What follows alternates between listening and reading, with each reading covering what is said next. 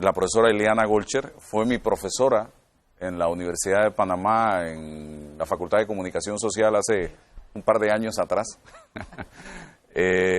Y siempre que queremos hablar de educación en temas o de manera profunda, pensamos en ella, porque es una estudiosa del tema, es una investigadora del tema de educación. ¿Y por qué la hemos llamado? La hemos llamado para analizar con ella fríamente lo que pudimos observar en imágenes presentadas por los medios de comunicación, por esta televisora, en la protesta de los docentes de la escuela Carlos A. Mendoza, que más que una crítica destructiva, lo que debe servir es para sentarnos a reflexionar sobre lo que verdaderamente está pasando en la educación en estos momentos, porque este no es un tema de los 5, 6 o 7 docentes de la escuela Carlos A. Mendoza. Este es un tema que va mucho más allá, a juicio nuestro. Y escuchar, profesora, a algunos dirigentes gremiales hablar de que esto es culpa del chat. Yo decía, pero es que a estos docentes no los enseñaron con chat a escribir. En la escuela, en la normal, no. Entonces, el chat vino después. Entonces, yo quiero conocer la opinión suya de qué es lo que realmente, qué diagnóstico hace usted de lo que está pasando en este momento con un grupo, porque tampoco podemos generalizar, de docentes en este país. Bienvenida, profesora. Gracias, Álvaro. Buenos días y gracias por la oportunidad nuevamente. Efectivamente, el sistema educativo atraviesa una etapa de gran preocupación y lo vimos hace algunos días cuando se descubrió en esa pancarta una insistencia de una frase ahí que definitivamente es una frase muy común, ¿no? Esto, basta, ¿no? Pero no solamente hay el problema de basta, sino que también hay un uso indiscriminado de las mayúsculas, hay una precariedad en la redacción de esa pancarta y hay un lenguaje autoritario también, que no educa a la población, porque recordemos que los educadores lo somos de lunes a lunes, de enero a diciembre, toda la vida, incluso quienes se jubilan, ¿no? Así que así nos llamó la atención esa situación, y más llama la atención que el resto de sus compañeros no cayeran en advertir que había un problema y que procedía a retirarlo. Bueno, alguien se equivocó y procedemos a retirar esa pancarta, ¿no? Y lo vimos también en una manifestación, creo hace poco, donde la bandera estaba invertida también en su presentación. De ahí que hay como un sentimiento de indiferencia, de poco cuidar esos detalles que deben ser motivo de orgullo para la población, más que todo para el sector docente. Ahí el mensaje tenía que ser diferente, el docente educa con la forma en que habla, cómo se expresa, las instrucciones que da, los ejemplos, en todo, es un modelo a seguir. Ayer, en mi programa de radio, yo hacía algunos análisis del tema en términos generales. Hoy día estamos tratando, profesora, usted me dirá, me corrige, no hay ningún problema por eso, pero siento yo, con un objetivo, y es hacia que todos tenemos que hablar inglés. Así es. En Panamá hoy tenemos como meta que hay que hablar inglés. Y el otro objetivo, que todos los muchachos tienen que tener computadora. Pero cuando usted va al análisis de nuestra educación, nos damos cuenta de que hay deficiencias severas en español, en matemática y en ciencia. Son tres lenguajes diferentes. Y hay deficiencia. Y si nosotros no sabemos hablar español, ahora queremos hablar inglés. Entonces vamos a quedar como el muchacho de Monagrillo, que lo mandaron a estudiar a Estados Unidos, y no aprendió inglés y se le estaba olvidando el español. Y cuando llegó a Panamá, hubo que enseñarlo a hablar nuevamente porque estaba quedando mudo. Entonces, mi parecer, yo no sé cuál es el suyo, es que tenemos que profundizar en esos tres escenarios, ciencias, español y matemática, para luego entonces empezar a ver otras áreas, amigos televidentes. Yo no sé Puedo estar equivocado porque yo no soy educador. No, no está equivocado, está en el camino correcto, eso lo plantean los lingüistas y los especialistas en el área que determinan que una persona tiene dificultades para aprender un segundo idioma, cualquiera que sea, si no tiene una base muy sólida en su lengua materna. De ahí que su planteamiento es correcto, pero sucede que es un camino de dos vías, por ejemplo, ¿no? Le estamos pidiendo a los docentes que se expresen bien, a los jóvenes también, pero, por ejemplo, yo le traigo aquí una nota de la página web, del sitio web del Meduca, de la Administración Molinar, donde saludaba a la comunidad educativa con un texto lleno de errores, de limitaciones, palabras mal escritas, uso excesivo de las mayúsculas, en fin, eso permaneció durante mucho tiempo en esa página sin que realmente se percataran, lo corregimos y ahí sigue, ¿no? Y el problema es más de fondo porque efectivamente, tal como indican las estadísticas, el 80% de los estudiantes de primer grado que fracasan en español son promovidos, ¿verdad? Esa es la metodología actual, porque para determinar el puntaje de aprobación hacen una especie de una sumatoria, o sea, suman todas las materias y ese muchacho que fracasó en español, en matemáticas y en el resto de las asignaturas, definitivamente es promovido de año. Puede llegar a quinto grado y ese muchacho tiene dificultades tanto para leer como para expresarse. Panamá tiene un problema de comprensión lectora. Si usted recuerda los informes PISA del 2009, ahí Panamá quedó en la posición número 62 de 65 países. Tenemos un problema de comprensión lectora muy severo. Y ese docente, que yo concuerdo con usted en el sentido de que no son todos, porque creo que hemos visto pancartas que están bien elaboradas, pero ese docente lo que está reflejando a primera vista es que tiene un problema de lectura severo. ¿Por qué? Porque la ortografía en gran parte es visual. Ajá. Se aprende, ¿verdad? De esa forma usted repite mucho, lee mucho la palabra, entonces eso se va grabando, ¿verdad? En la memoria de cada persona, y ese docente tiene dificultades tanto para leer como para expresarse. Entonces, sí lamentamos mucho eso, pero el problema va mucho más allá, ¿no?, que un error de ortografía. El problema en este momento es que el Ministerio de Educación, ya casi a un año de estar en el gobierno, no nos ha presentado al país, a la opinión pública, a la comunidad educativa, un plan nacional de educación. Lo que tenemos es dos programas, uno que es Panamá Bilingüe, ¿verdad? Y es que el dominar el inglés no genera conocimiento, solamente genera el desarrollo de una aptitud. Y por otra parte, el programa de Mi Escuela Primero, que es un problema de infraestructura. Pero realmente el Ministerio no cuenta hasta el día de hoy con un plan nacional de educación que nos diga hacia dónde vamos como país. ¿Qué queremos? ¿Qué tipo de ciudadano aspiramos formar? En la pasada administración nos vendieron la transformación curricular. En todavía no nos han vendido absolutamente nada. Así es. En ese sentido. Así es. Y si hacemos el balance de lo pasado y lo que tenemos hasta el momento, ¿dónde estamos? Me pregunto yo. Claro, porque lo ha señalado bien en términos que se ha suspendido la transformación curricular, pero sin que sepamos por qué se suspendió y sin que tengamos un plan B para decir, bueno, se suspende, pero vamos hacia este camino. Entonces yo hago un llamado a las autoridades educativas para que presenten ese plan.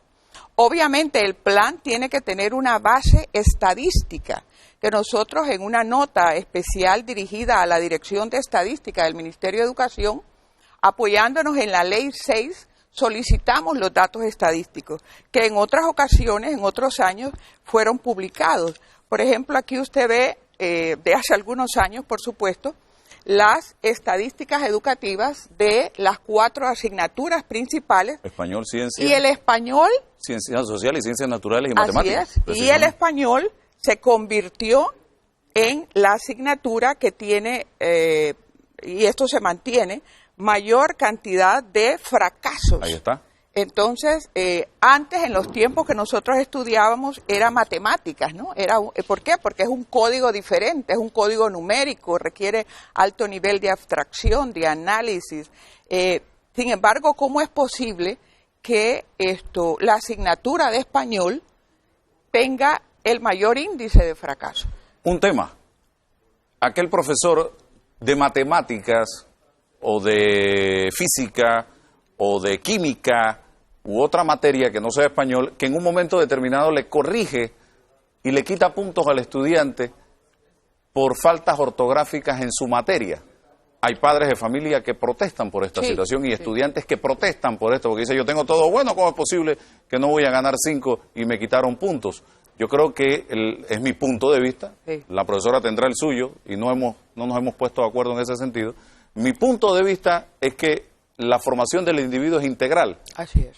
Tú no puedes llenar un examen de matemática de faltas de ortografía a pesar de que todos los problemas los estuviste bien. Así es. ¿Qué piensa usted de eso? No, definitivamente, y no solamente la parte de de la redacción, que no es competencia exclusiva de los profesores de español, es competencia de todos los docentes, es competencia también de los padres de familia, es competencia de los medios de comunicación. Yo hace poco escribí el día de ayer a una empresa y les llamaba la atención que parquear no se escribía con K. Entonces, ¿de qué estamos hablando? Por todas partes, ¿no? Usted lo escucha. Más sin embargo, accesar. Exactamente, hay una gran cantidad hay en estos momentos una devaluación del lenguaje, lo cual nosotros no podemos permitir. ¿El chat nos está haciendo mucho daño? Definitivamente, el chat es una herramienta, pero el chat no funciona ni la mejor computadora, y lo hemos dicho siempre, si no hay el desarrollo de un pensamiento crítico y creativo. Fíjese, aquí en los datos de la UNESCO, son muy importantes recordarlo, señalan que el país que está en una categoría aparte. El país que tiene mejor nivel de comprensión lectora es Cuba. Wow. Y Cuba es el país que tiene menos computadoras. Yo recuerdo que yo les decía a los estudiantes de periodismo y después en la maestría en periodismo investigativo y digital, usted puede tener la mejor computadora, tener las condiciones para escribir, pero si usted no tiene nada en su mente, usted quedará con sus manos inertes porque no va a poder desarrollar un pensamiento crítico creativo. Yo creo que el Ministerio de Educación como tal y otras instancias deben crear direcciones de innovación. Otros países lo tienen. Capacitar al docente. Sí. Formar al docente, que a la vez es un formador también. Por supuesto, pero todas las instancias, no solamente el Ministerio de Educación, sino toda la sociedad, los medios, los padres de familia, tienen que tener ese compromiso que tenemos que hablar mejor, que tenemos que tener un mayor dominio, y no lo vamos a lograr si las personas leen poco.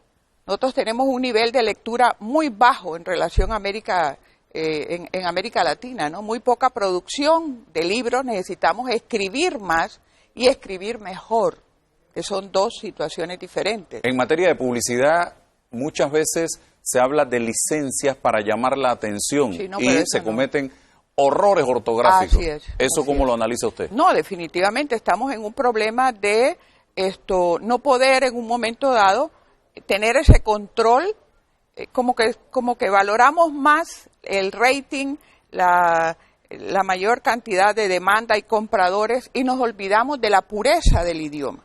Entonces, vuelvo y le repito, creo que Panamá debe retomar esto, volver a las pruebas PISA, volver a hacer lo que en otras décadas el sistema educativo fue, y sobre todo tener un Plan Nacional de Educación con prioridades.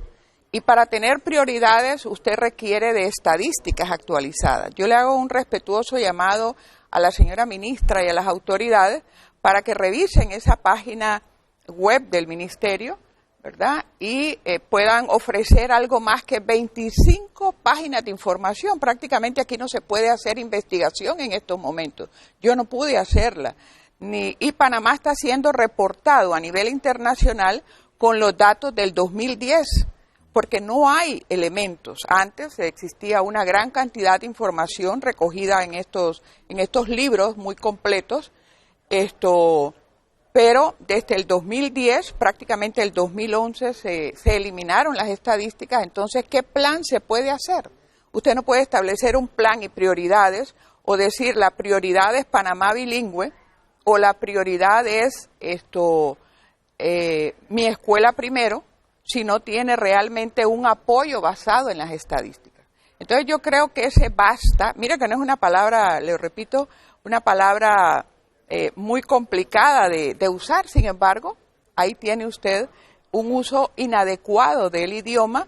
Usted tiene, si observa la pancarta, hay un lenguaje muy corto en expresión y un uso indiscriminado de la mayúscula. Ese docente, si lo hicieron los docentes, mire, ahí estoy observando que hay un problema hasta de psicomotricidad fina, o sea, cómo escribe ahí la persona.